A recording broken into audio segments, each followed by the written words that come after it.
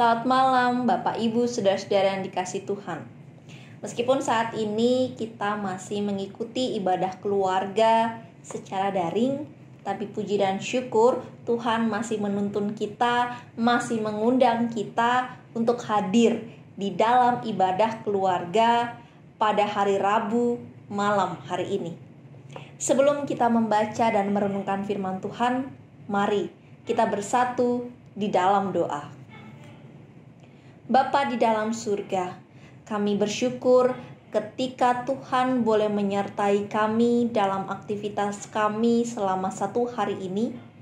Dan saat ini Bapa, kami akan membaca dan merenungkan firman Tuhan.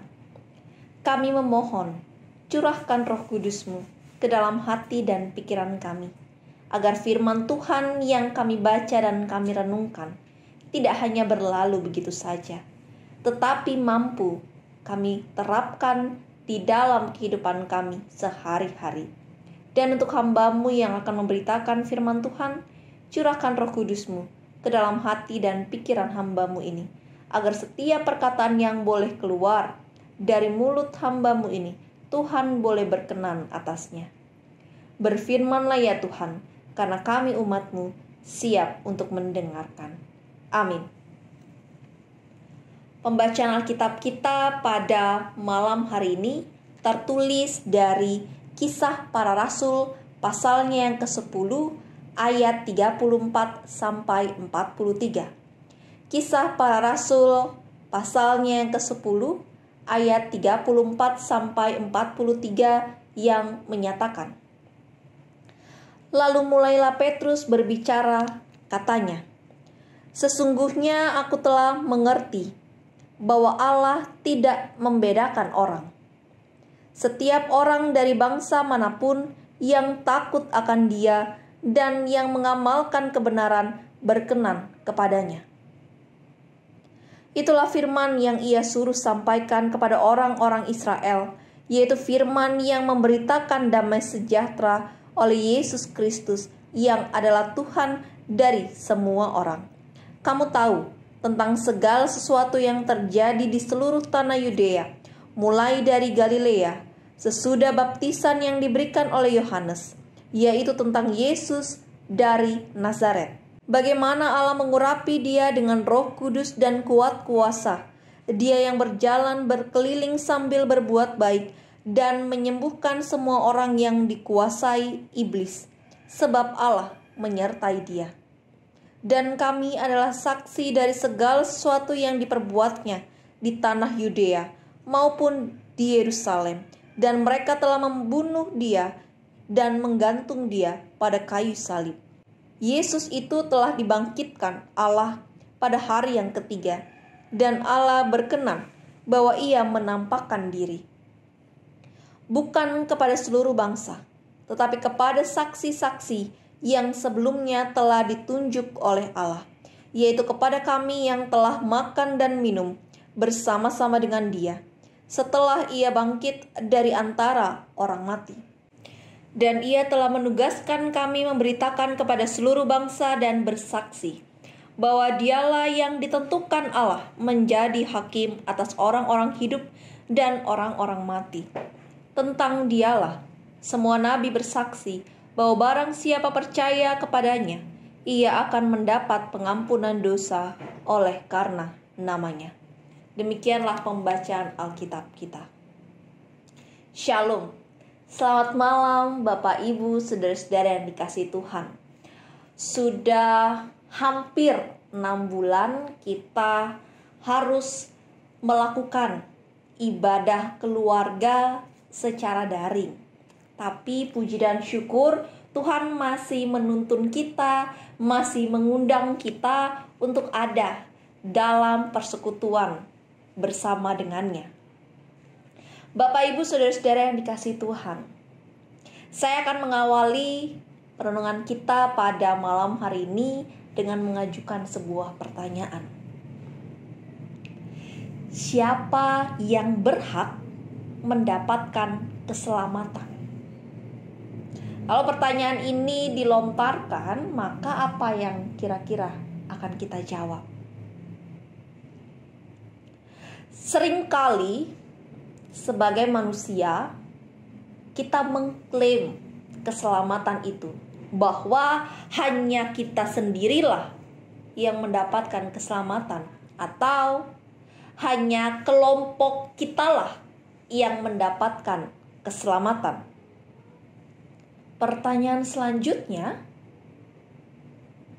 apakah kita lebih berkuasa dari Allah sehingga kita mampu menentukan siapa yang berhak mendapatkan keselamatan, siapa yang tidak berhak mendapatkan keselamatan?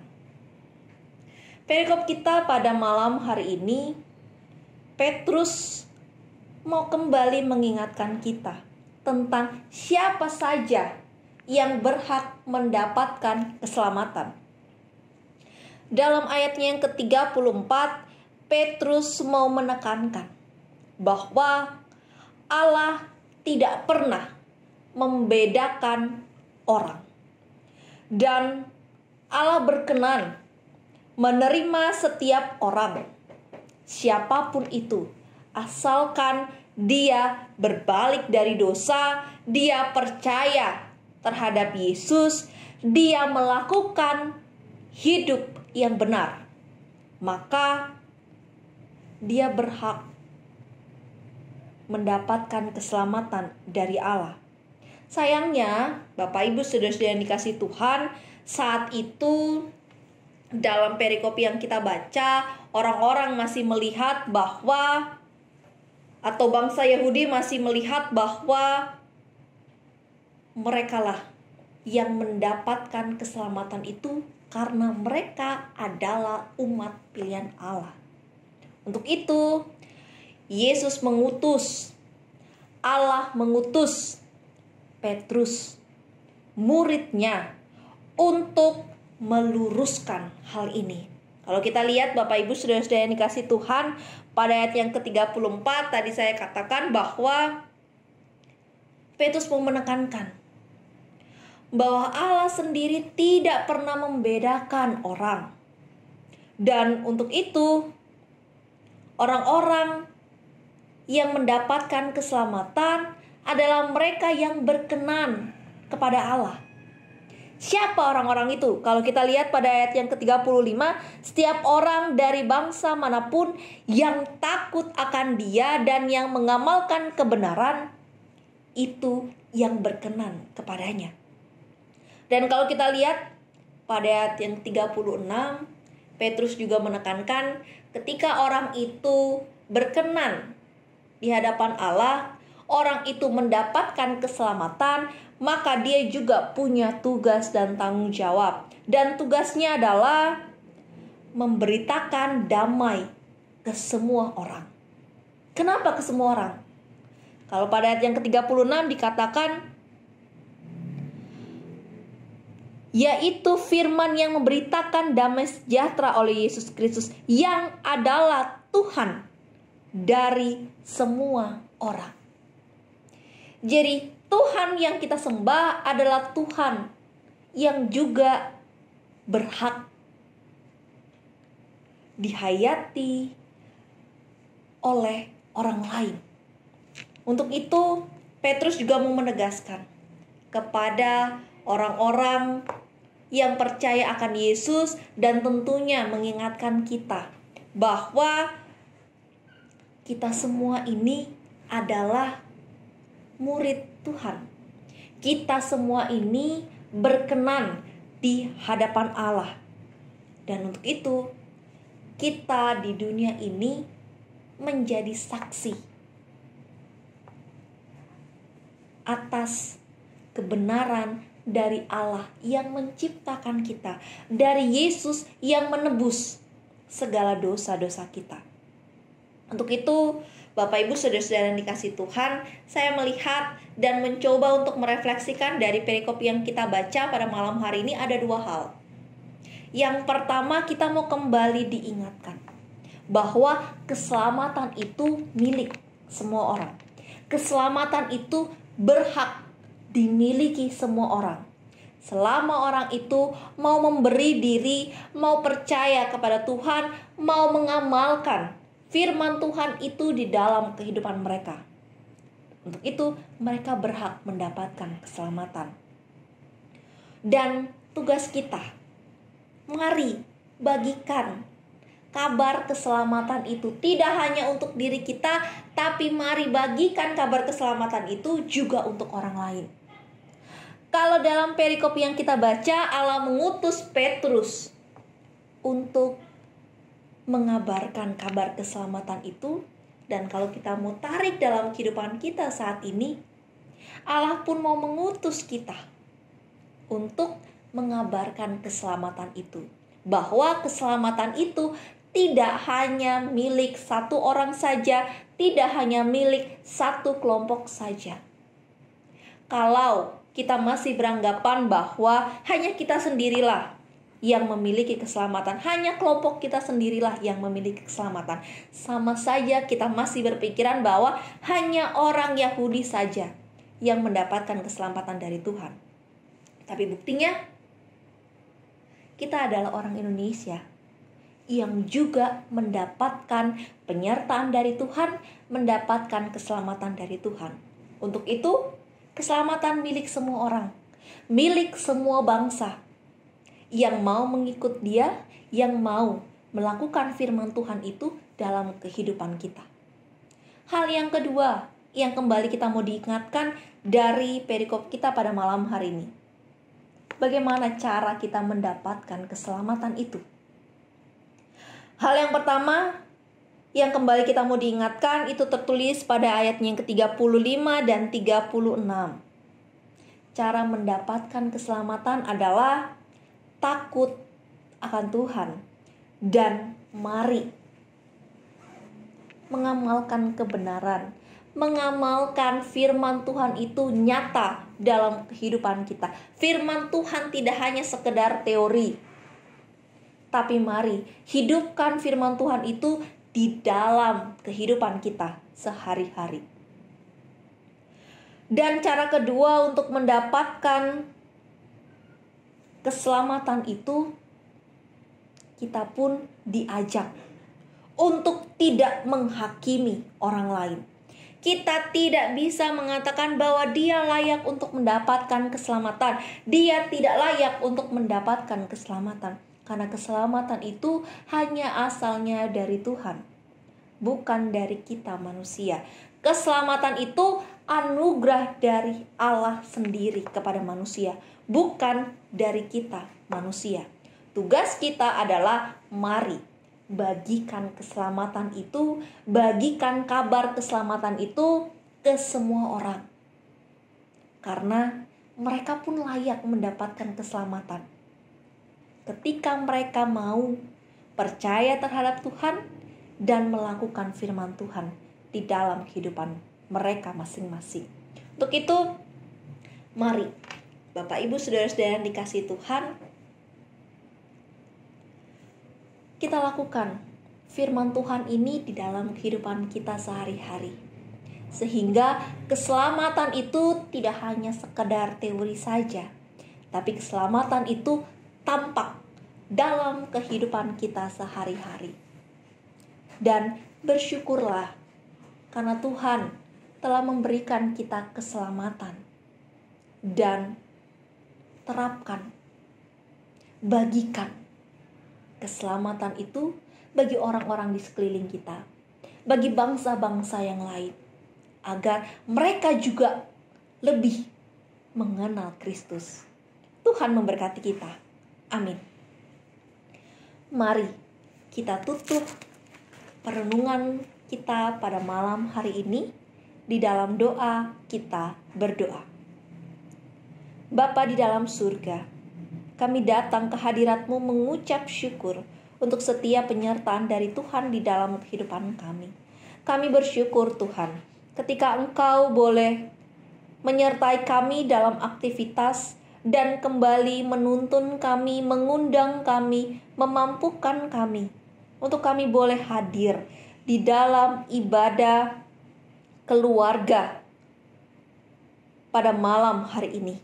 Meskipun saat ini hampir 6 bulan kami masih melakukan ibadah secara daring, Tapi kami bersyukur Tuhan. Tuhan boleh memberikan kami kesempatan.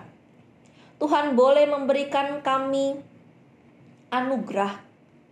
Sehingga kami masih boleh diberikan waktu untuk kami boleh mengikuti ibadah.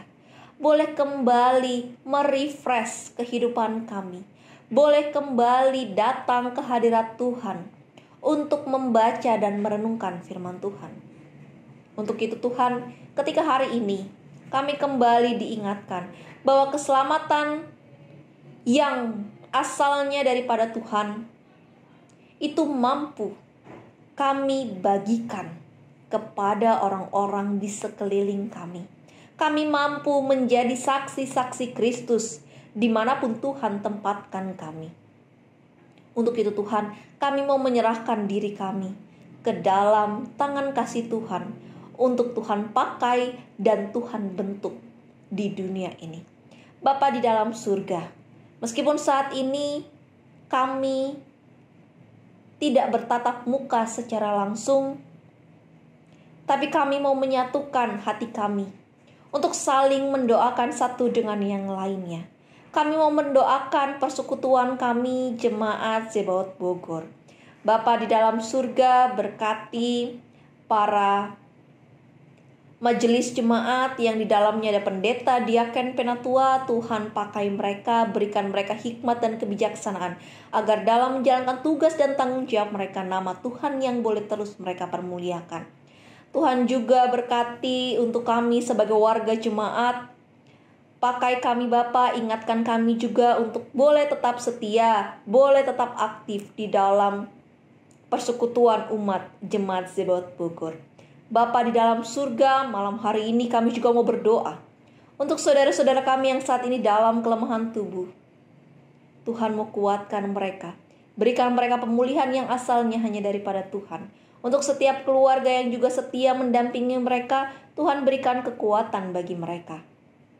Bapa di dalam surga, kami juga mau berdoa untuk anak-anak kami yang saat ini ada dalam studi mereka, dari tingkat yang paling kecil, TK, SD, SMP, bahkan sampai mereka yang melanjutkan di perguruan tinggi.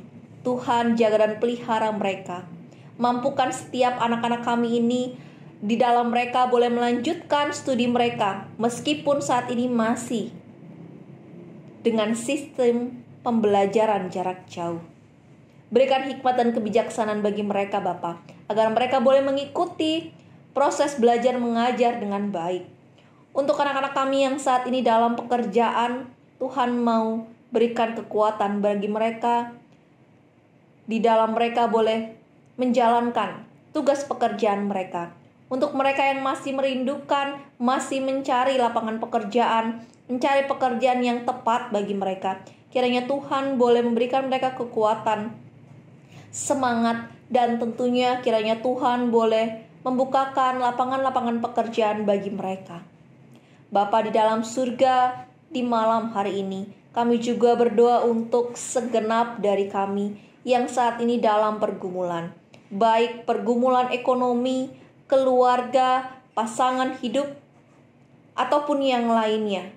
Kami mau menyerahkan semua itu ke dalam tangan kasih Tuhan. Kiranya Tuhan yang juga boleh menjaga dan membimbing kami, menguatkan kami selalu, agar di dalam kehidupan yang boleh kami lalui, semua itu hanya berpegang pada Tuhan. Bapa di dalam surga, kami juga mau berdoa untuk keluarga-keluarga, pribadi-pribadi yang saat ini dalam suasana duka cita.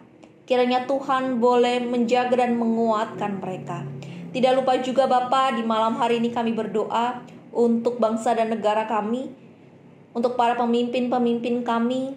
Kiranya Tuhan boleh memberikan hikmat dan kebijaksanaan bagi mereka agar di dalam menjalankan tugas dan tanggung jawab mereka, setiap keputusan yang boleh mereka ambil, Tuhan boleh berkenan atasnya. Bapa di dalam surga, kami mau menyerahkan seluruh kehidupan kami ke dalam tangan kasih Tuhan. Ini doa syukur dan harapan kami Bapa. Di dalam nama Anak Yesus Kristus Tuhan dan Juru Selamat kami berdoa. Amin. Demikian renungan malam kita pada ibadah keluarga pada Rabu malam hari ini. Tetap jaga kesehatan, tetap terapkan protokol kesehatan dengan benar. Tuhan Yesus memberkati kita.